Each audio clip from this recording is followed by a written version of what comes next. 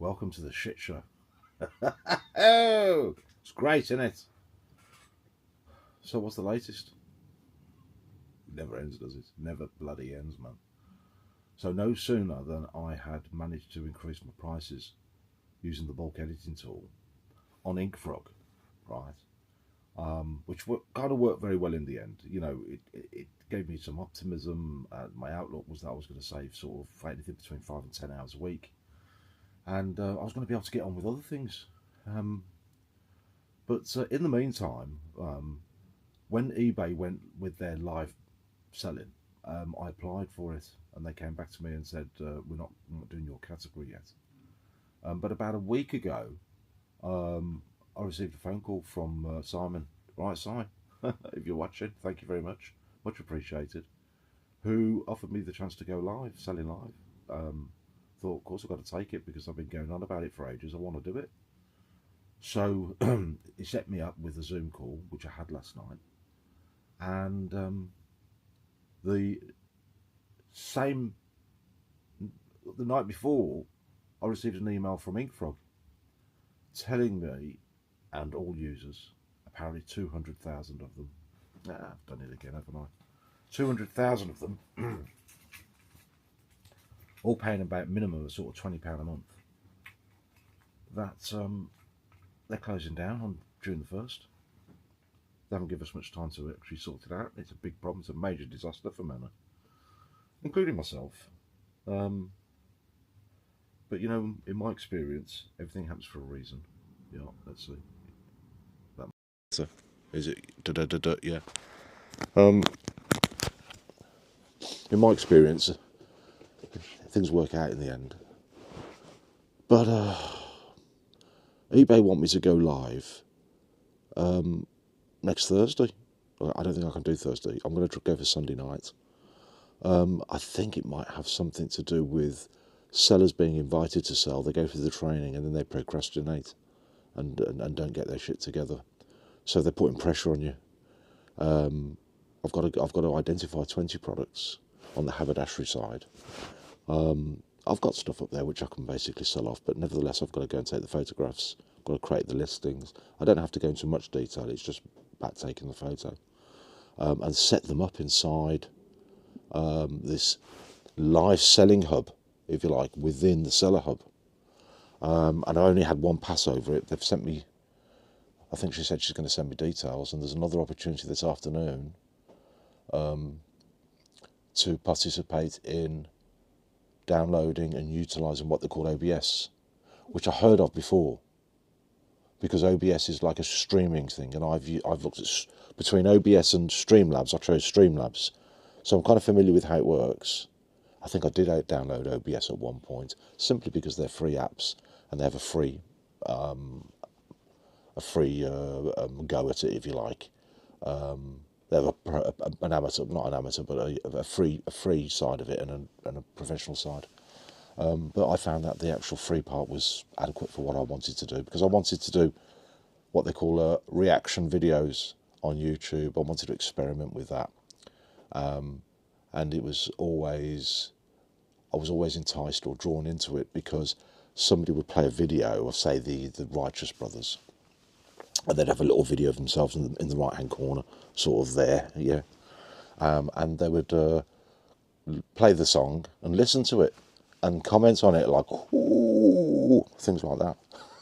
I thought I could do that, because, you know, the Righteous Brothers might get like 250 billion views, and they take that video and they'd end up getting 1 million, 2 million views. And I thought, gosh, how can they get away with that? I basically learned that it's something called the fair use policy. And as long as you take an existing video and add to it with a pause or a comment or some text or something, then it's perfectly okay. Except that there's also some kind of like organisation that basically, if they put a claim in, then your video can stand, but you don't get any revenue from it. You don't get any commission. It goes to the organisation that represents the artists. Fair enough. Nevertheless, I went to investigate it, and I discovered it was the software they were using was the OBS or Streamlabs. So I went with Streamlabs and got used to that. I've made a couple. I've used it a couple of times. But as you know, as an eBayer, we don't get much time to do things, do we? I haven't even got time to make this video, but I didn't sleep much last night. Overslept this morning, just got in. And my first thing I've got to do is research into alternative apps to replace Inkfrog. For those that don't know what Inkfrog is, it's a listing and inventory management tool that synchronizes inventory between various platforms. For me, I use eBay and Shopify, and everything's sort of synchronized. Whatever appears on eBay is also on my shop. Same title, same, but different prices. You know, like eBay's a high price, Shopify's a low price. It works fine. And if I have to make some quick changes, I just nip into Inkfrog and do what I've got to do, and it gives me the chance to do a double whammo. And it was only costing me, what, $19, £23 a month or something like that. $25 a month, I think. It's cheap. And there are other apps out there which I'm going to go and investigate. But I had a long chat with Chat GPT as soon as I found out. And Chat GPT has a free part of it, and then, you know, it gives you it kicks in and gives you a 4-hour wait before you get to the next free bit. Based on credits or something. I haven't got the paid version. £20 a month. My brother's got it. He loves it. Absolutely loves it. I love the free version. I think the free version's good enough. But it looks like I might have to get that as well, to help me with because I think I've got an AI in my business, and I think I've got to use these tools to do it. Anyway, ChatGPT said that I should really go with Marketplace Connect, which is an app inside Shopify. However, their fees are 1% of revenue, with a maximum charge of $99 a month. So whilst I wouldn't hit that maximum, it's still going to be more expensive than what I've been paying. So I'm going to go and have a look and see if there's anything out there that replicates what Inkfrog used to do. But I'm not hopeful. I am hopeful, actually, because I don't fully understand how Inkfrog grew. But I've read a couple of statements in industry magazines yesterday. I didn't have a chance to sit down and go and do a deep dive. I just saw a couple of statements which said that Inkfrog was originally developed using HTML to improve HTML. Okay. I think when they're talking about that, I think they're on about the templates that you have on your eBay page. That kind of thing, I think. And they're saying that the new apps, the new generation of apps, didn't focus on that. Their focus was on making your listing more findable. So it's more about the item specifics and things like that. So I'm going to go and have a look and see what's there. Somebody else said, put a link to an app that is you can download it, and it's inside Shopify, and that does the synchronization of stock between Shopify and eBay. And the good thing about it, he said, is that you can choose either eBay to be your master data or Shopify. Okay, I've no real preference, but strategically I would imagine that Shopify should be the master data, but as it is at the moment, Inkfrog was the master data, and whatever one on eBay remains the master data. Fair enough. However, it does synchronize. But I think what it's saying is that I would use Shopify to create the listing. Or, if I designate eBay as the master data, I would create the listing in eBay and then pull it into Shopify. Something like that. Whatever it does, it sounds like it's Marketplace Connect. As I said, Marketplace Connect is 1% of revenue capped at $99, where this other app appears to be $10 a month. If that does the job, that's probably what I've got to do. So, but I love the way Inkfrog allowed me to be a standalone app on my desktop that allowed me to actually go into either or. So I always felt as if Inkfrog was my main tool. It is. It's going to be, was. Anyway, I've got to get this sorted. Given us 4 weeks. June the 1st, they switch it off. It's going to be a nightmare. But I also liked the thing that I was able to do in Inkfrog, which was to increase all my prices by 50p to accommodate the price increase with raw mail. That kind of worked. I made a couple of mistakes. You'll see in another videos, hopefully, if I upload them. I haven't uploaded them yet, but I'll talk about it.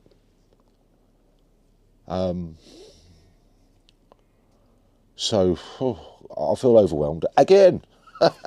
Shit show. However, in the meantime, I participated in this live broadcast, in this live selling thing yesterday.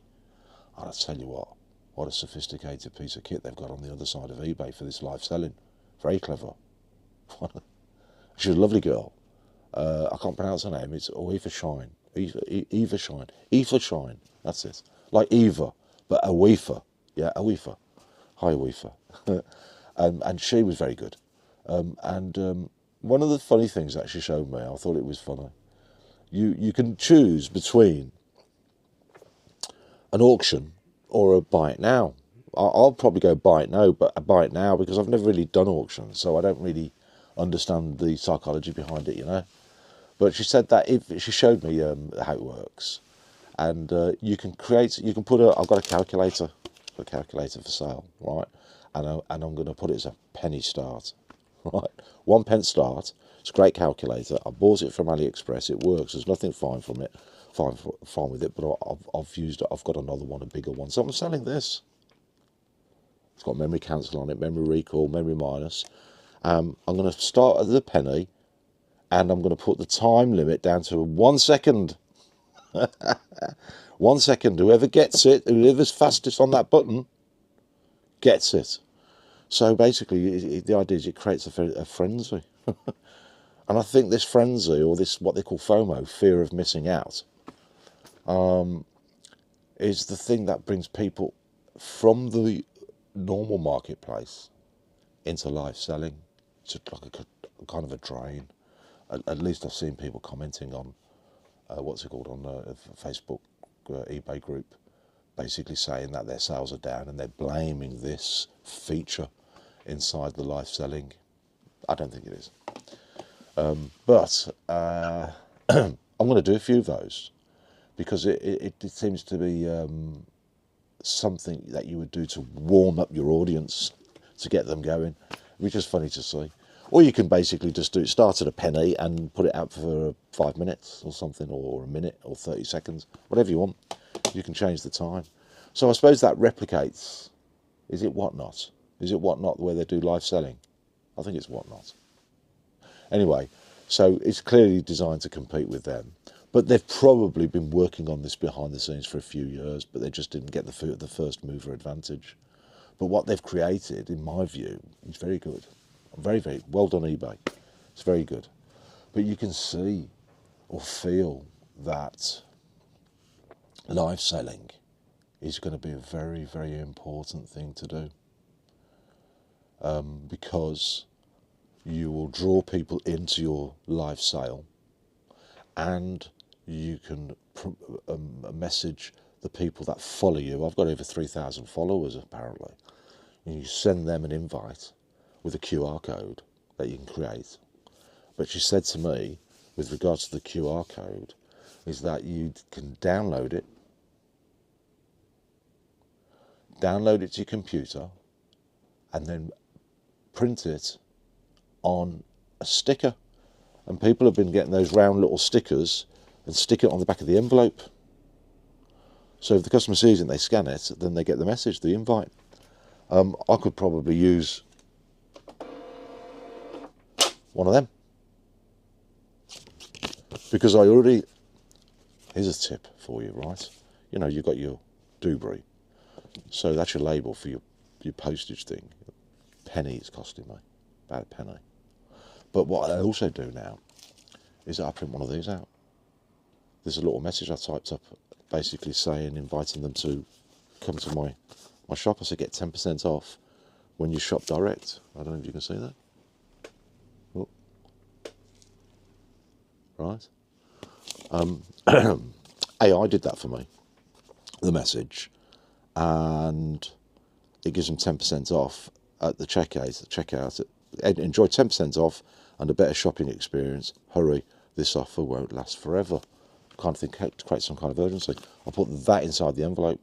So what I might be able to do now is change that message, make it shorter and sweeter, and put the QR code underneath. Going to be great. But whatever my experience is going to be, it's going to be a huge learning curve. And I'm going to learn.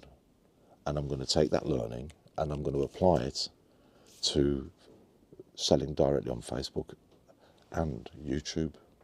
And I've seen the professionals, they have setups, cameras all over the place, mobile phone cameras, kind of thing. I'm using one at the moment for this, but it's basically connected, it's just my regular mobile phone connected to my DJI Pocket 3. But they get setups like that, and they use one for Facebook, one for eBay, one for TikTok, one for Shopify or whatever. And when they go live, they've got all these cameras on them, and they're live on all these channels, and they've got like a helper responding to the questions. So it's whether or not I get my act together and I'm able to develop a little bit of a spiel. I've thought about it. I've thought about how I'm going to begin. I'm going to introduce myself. My name's Martin. I started on eBay 15 years ago in a bedroom, and I've developed a business on eBay, and I'm now operating from a small unit. And to be honest with you, I have to acknowledge the platform that enabled me to do it, and that's eBay. eBay, I love you. I've always said I love you. I will never jeopardise my relationship with eBay, so I won't even attempt to sell outside of eBay directly to customers. I'm not like that, and I strongly encourage you not to invite me to trade with you outside of eBay, because I don't do it. And I want to thank the people on the telephone who help me from time to time. I want to thank the trainers, the coaches, the managers, and the CEO. Thank you. And of course, the customer. Thank you. I love you. Right? So that's going to be my intro. And then I'm going to move on to talking about what I intend to do today. For those of you who've bought from me from in the past, thank you very much for your custom. It's really appreciated. For those of you who are just passing by and they stop to listen to me talk, thank you. Listen a bit longer and I'll tell you what I'm going to sell. I'm going to approach my selling initially to clear stock that I've acquired over time that is ultimately the end of rolls or the end of packets or products that I've bought from my supplier, created a listing, and then he's no longer stocking it, and I'm winding it down. So it's a chance for me to clear it off, and I've bundled it together, and today we've got 20 products that we're going to sell. Some of them are on an auction, and some of them are on a buy it now. But regardless of what it is, my postage is £3.70, and it will be sent tracked 48. And there's no additional charges for additional purchases today. So if you make 3 or 4 purchases, you'll only be charged £3.70. So this is an opportunity for you to get a bargain. And that's how I'm going to approach it. That'll be my intro. And then the idea then is to say the listings that I would have created should be available a few days beforehand so that they can see. They're visible. It doesn't state what the price is, I believe. But when I am actually live, I'll have my laptop in front of me, and then I can start activating. Okay, so we're going to talk about the first one today. So the first one today is, let me tell you a little bit of story about the product. Several years ago, somebody approached me, a local manufacturer who made jeans, and he was in a bit of trouble and needed to, 1, make some space, and 2, clear out a lot of stock in order to raise some money so he could go and buy some more denim fabric. And that's the clue to what I'm going to sell today. Denim Jean Zips. No ordinary zips. These are the best. They are the creme de la creme. Creme de la creme. This is an example of one. This is a YKK jean zip. It's size 5 inch. And ordinarily, I would sell one of these for about £4.50. Indeed, I buy regular jean zips, YKK jean zips, that have a 3mm wide teeth, which they refer to as number 3. This is a number 5, so it's a wider jean zip. It's brass, it's YKK, it's solid, and it's got a lovely, lovely sound to it. I don't know if you heard that. I did. I've got thousands and thousands of these, and I'm selling them today for a special price. If you're a dry cleaner, an alterator, you'll recognise the bargain in this. As I said, I buy these regularly with a hang sell label on it from my wholesaler, and my cost price, and with eBay fees, and for me to make a small profit, a modest profit, I have to set it at £4.50 each. But today, you can buy 25 of these for £25. Now, £25, I'll even do free postage for you. 25 of these, number 5, £25. That's £1 each. That's a bargain.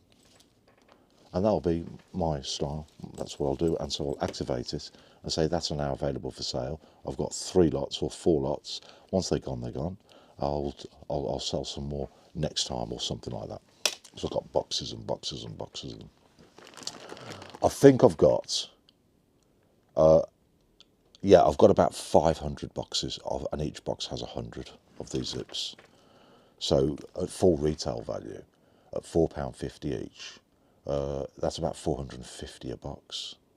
But I'm not selling them at full retail. I'm going to aiming to sell them for about £100 a box, and I've got 500 boxes. So what's that? 500 times, is that £5,000, or is it more than that? And I think it's no, it's a lot more than that, isn't it? You see, as you get older, your head goes. Right, when I was a kid, I'd know it straight away. Why can't I work it out? 500 times 100, £50,000 worth of zips potential up there. So that's what I'm going to work on, that, and then I'll move on to the next sort of 19 items for sale.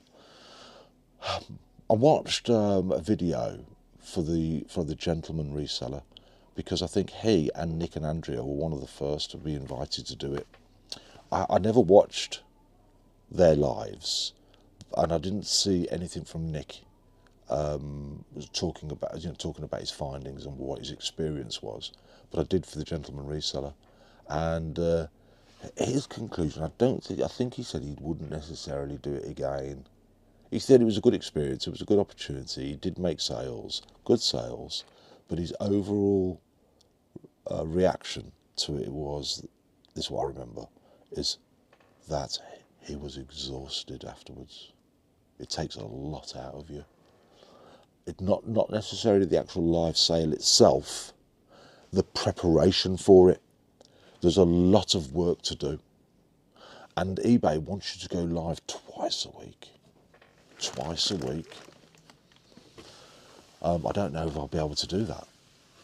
I might be able to go twice a week with some specials, but it's finding it and prepping it all. But what they did say is that you can basically take your listings from your eBay shop and use that as the basis of making a sale, even if you're selling it at the normal price. So it's just a matter of showcasing the products that you've got. So today I'm going to talk about 20 different products in my button category. So today we're all about buttons, and I should have 20 listings lined up, and as long as I know my product well and I can talk about it, I don't know, let's say, assume this is a thimble. It's a thimble, right? Okay, this is a very desirable thimble. I'll tell you why. I don't know if you can see. See, it's got an open end. It's called a tailor's thimble. If it was closed at that end, it was called a dressmaker's thimble. Odd, really, because women tend to have longer fingernails, right, than men. And this type of thimble is so that the fingernail will stick through the end, right? You'd think that it would be called a dressmaker's thimble, but it's not. It's called a tailor's thimble. These are quite hard to find. As I say, I sell hard to find items. And people will say, no, it's not hard to find. I can find 3 or 4 of them on eBay. It's true. But it's hard to find with other things that I've got all in the same place. That's what I mean by hard to find. It's hard to find somebody who sells it all, who's got lots of hard to find items. And haberdashery these days is genuinely hard to find. On the high street, you won't find a haberdashery shop on the high street. Yeah, there's 1 or 2 here and there, but not like it was in the old days. You'd have 2 or 3 on the high street, and if you would go to the market, you'd have about 10 different haberdashers in the market. Because it was everybody used to sew. Everybody would repair and sew. They'd, mend, make do, mend, repair, and sew and craft. And so there was always a lot of different types of haberdashery shops available. Now they're hard to find, and the products are hard to find. So I'm a hard to find. Anyway, this is my style, and this is how I aim to approach this live selling. And I've got to get my act together by next Thursday. I think I'm going to go for Sunday night, really, because I'll need the weekend there to really prep for it. But I'm exhausted thinking about what I've got to do, in addition to sorting out this Inkfrog problem, because I've got stock that I've bought and I've got to book it in. I've got more deliveries coming today. It's got to get booked in. If I don't book it in before Inkfrog goes, it's just going to be lying around. So I've got to nut this problem. This is my priority, actually. I've already flagged it with eBay and let them know that I'm juggling these 2 things. But I did give them a positive message that I will do it and I'll achieve it. But it doesn't mean I'm going to be able to go with my second live anytime soon afterwards. It takes the breath out of me, man. It really does. Anyway, by and large, everything's good, apart from the moment I put all my prices up by 50p on eBay, my sales collapsed. They went down. I take some comfort in seeing that quite a lot of people are saying the same thing. And I don't know if it's got something to do with it's probably got something to do with the increase in the price. The algorithm probably gets worried by it. And we've gone past sort of Valentine's Day, Mother's Day, Easter, and these are key drivers of sales. And then we're coming into the summer holidays. Usually when the kids are off school, the crafting drops. You'd think it'd be the other way around, wouldn't you? You'd think parents, once they've got the kids, they'd be buying crafting stuff to do with the kids. Indeed, some parents do, but it's usually the parents that do the crafting, and they've no longer got the time to do it while the kids are around. So sales drop off in the summer months, plus people go away from holiday. So I've seen this pattern before. The message ultimately is when your sales drop, it just means you've got to use that time to merchandise, tidy up your stock, do some research, look for new products, put them in your favourites, get onto eBay, fix your item specifics, improve your pictures, and just generally merchandise within the platform, just to improve your listings, which should improve your lot. Anyway, that's all I've got to report. I've already been talking for 29 minutes, so this is the best time to stop. And I will touch base with you later. Love you, leave you. Bye. Don't forget to like, share, and subscribe.